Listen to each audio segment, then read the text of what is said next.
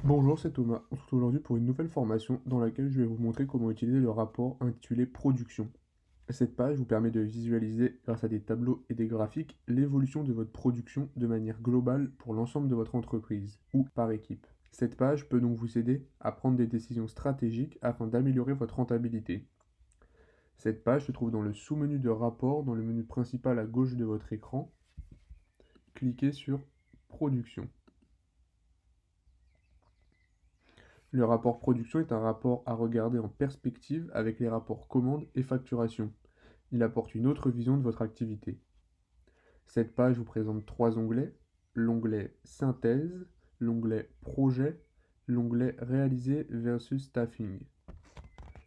Vous arrivez en premier sur l'onglet Synthèse qui vous présente en haut de page une synthèse de votre production sur l'année en cours. Vous pouvez modifier le type de période si vous voulez voir le tableau en semaine, quinzaine ou mois par exemple. Vous pouvez également choisir pour quelle période afficher en choisissant une date de fin ici. Les 12 périodes précédentes seront alors affichées. Ce tableau vous présente différentes données en milliers d'euros ou d'une autre devise si vous utilisez une autre devise. La production confirmée est la valorisation des temps réalisés sur la période. Les chiffres obtenus en multipliant le nombre de jours réalisés par le taux journalier auquel sont vendus ces jours. La production cumulée, qui est la somme de l'ensemble des productions confirmées, mois après mois, depuis le début de votre année fiscale. Le prévisionnel ajusté est la vision la plus à jour de votre production anticipée. Pour les jours passés, on reprend les temps réalisés, donc les chiffres sont les mêmes qu'au-dessus.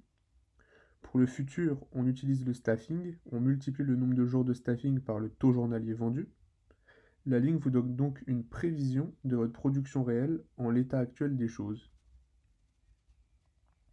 Le prévisionnel ajusté cumulé est la somme mois après mois du prévisionnel ajusté. La capacité de production est la production maximale atteignable pour votre entreprise.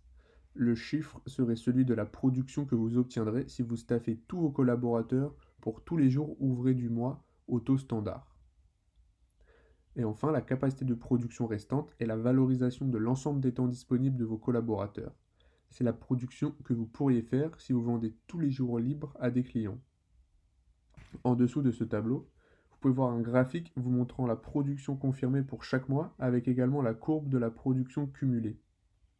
Enfin, en bas de page, un autre graphique vous montre la production annuelle cumulée de votre entreprise par équipe. Le second onglet, intitulé Projet, vous présente un deuxième tableau avec l'ensemble de vos projets clients. Vous pourrez trouver ici l'ensemble de votre production projet par projet et même collaborateur par collaborateur. Par exemple, ici, je vois que Bill Gates a 12 jours au mois d'avril pour le projet Airbnb Parcours Client. Et que le total de ces jours au mois d'avril dédiés à cette mission sont de 36. Et pour finir, que le total des jours réalisés et prévus sur ce projet, tous collaborateurs confondus, est actuellement de 146. Je vais maintenant vous présenter les différents filtres possibles. Ils sont assez nombreux. Vous pouvez décider de faire apparaître la production en jours ou en valeurs. En valeur, on reprend le nombre de jours qu'on multiplie par les taux vendus, indiqués dans le plan de production. Si vous affichez en valeur, un filtre supplémentaire apparaît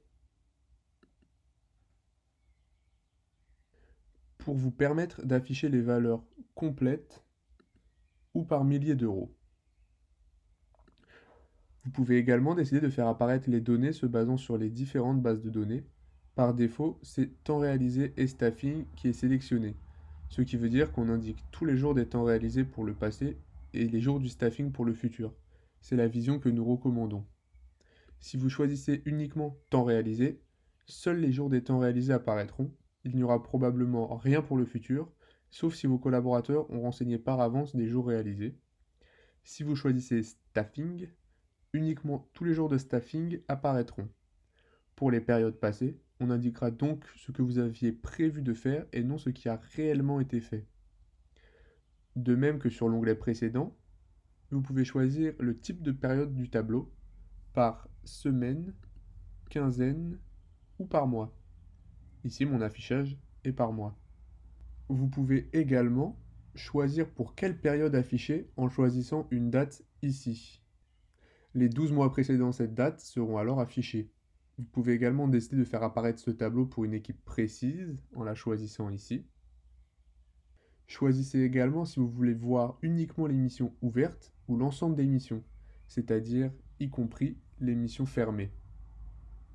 Vous pouvez choisir d'afficher uniquement les missions chargeables, c'est les missions facturables au client, ou l'ensemble des missions, c'est-à-dire avec les projets internes par exemple. Si vous choisissez d'afficher le rapport en valeur, vous pouvez choisir d'ajuster les forfaits. Cette option vous permet de pondérer les taux, de manière à ce que la somme de production sur le projet corresponde bien au montant vendu forfaitairement à votre client. Dans les faits, on multiplie les taux vendus, c'est-à-dire du plan de production, par le taux de réalisation. Prenons l'exemple d'un projet qui est de 100 jours, valorisé à 1000 euros par jour, et qui devrait donc être vendu 100 000 euros.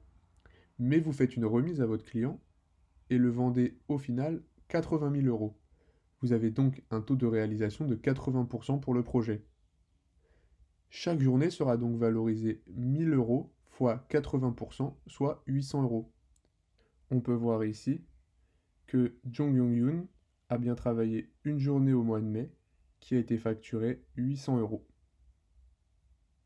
Enfin, le dernier onglet, intitulé Réalisé versus staffing, permet la comparaison entre le staffing, c'est-à-dire ce qu'on avait anticipé, et les temps réalisés, c'est-à-dire ce qu'on a vraiment fait. Par exemple, je souhaite faire la comparaison pour le mois passé. Je sélectionne donc les dates du 1er avril au 30 avril. La page m'affiche désormais les données liées à ces dates. Je souhaite voir ces données pour la mission Tesla. Je tape les premières lettres et je vois que seule cette mission apparaît. Désormais, je vois les données de ce qui était prévu et de ce qu'on a vraiment fait. Par exemple, je vois que Jeff Bezos avait 9 jours dans son staffing et a bien réalisé 9 jours. Par contre, Xavier Niel avait 10 jours dans son staffing et a finalement réalisé 11 jours.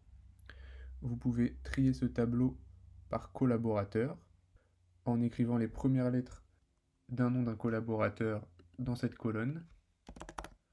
Je vois maintenant que les missions liées à Jeff Bezos apparaissent.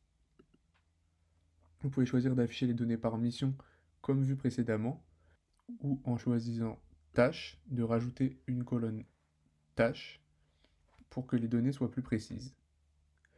Vous pouvez faire apparaître les missions chargeables ou l'ensemble des missions. Si besoin, vous pouvez aussi choisir une mission précise à faire apparaître en la choisissant ici. Vous pouvez aussi trier par équipe. Et enfin, si vous souhaitez voir par exemple le total d'une mission, en bas du tableau, vous trouverez les totals de la valorisation du réalisé et le total de la valorisation du staffing. Voilà, cette formation est maintenant terminée. N'hésitez pas à consulter la formation sur l'ensemble des rapports pour en découvrir davantage. J'espère qu'elle aura répondu à l'ensemble de vos questions et moi je vous dis à bientôt pour une nouvelle formation Staffiz.